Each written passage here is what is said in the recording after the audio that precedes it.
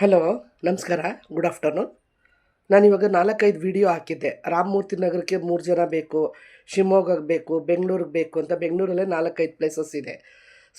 So ನೀವು comment ಮಾಡ್ತಿರಲ್ಲ ನನಗೆ ಇನ್ಸ್ಟಾಗ್ರಾಮಲ್ಲಿ ಇನ್ಬಾಕ್ಸಲ್ಲಿ ಮಾಡಿದಾಗ ನನಗೆ ಶಿವಮೊಗ್ಗ ಬೇಕು ವರ್ಕ್ ಪ್ಲೇಸ್ ಅಂತ ಶಿವಮೊಗ್ಗ ಅಂತ ಮೆನ್ಷನ್ ಮಾಡಿ. ಬೆಂಗಳೂರಲ್ಲಿ ಬೇಕು ಅಂದರೆ ಬ್ಯಾಂಗ್ಳೂರು ಅಂತಲೇ ವರ್ಕ್ ಮಾಡಿ.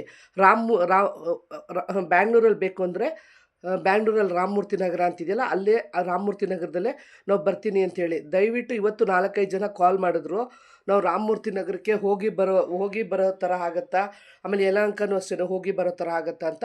ಇದು ಹೋಗಿ ಬರೋ ಕೆಲಸ ಅಲ್ಲ, ಇದು ಅಲ್ಲೇ ಸ್ಟೇ ಮಾಡೋದು. ಸೊ ಯಾರಿಗೆ ಇಂಟ್ರೆಸ್ಟ್ ಇದೆ, ಇವಾಗ ಎಲ್ಲರಿಗೂ ನಂಬರ್ಸ್ ಹಾಕಿದ್ದೀರಾ.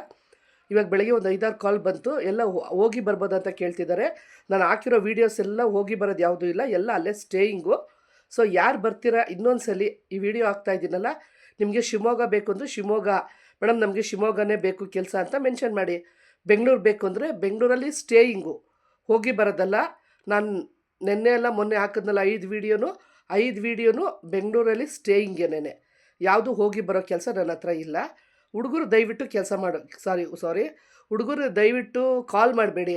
ನನಗೆ ನಿನ್ನೆಯಿಂದ ಒಂದು 4-5 ಜನ ಹುಡುಗರು ಕಾಲ್ ಮಾಡ್ತಿದ್ದಾರೆ, ನನಗೂ ಕೆಲಸ ಬೇಕು, ಮನೆ ಕೆಲಸ ಅಂತ. ಇದು ಹುಡುಗರಿಗಲ್ಲಪ್ಪ, ಇದು ಲೇಡೀಸಿಗೆ ಮಾತ್ರ. ಥ್ಯಾಂಕ್ ಯು, ನಮಸ್ಕಾರ.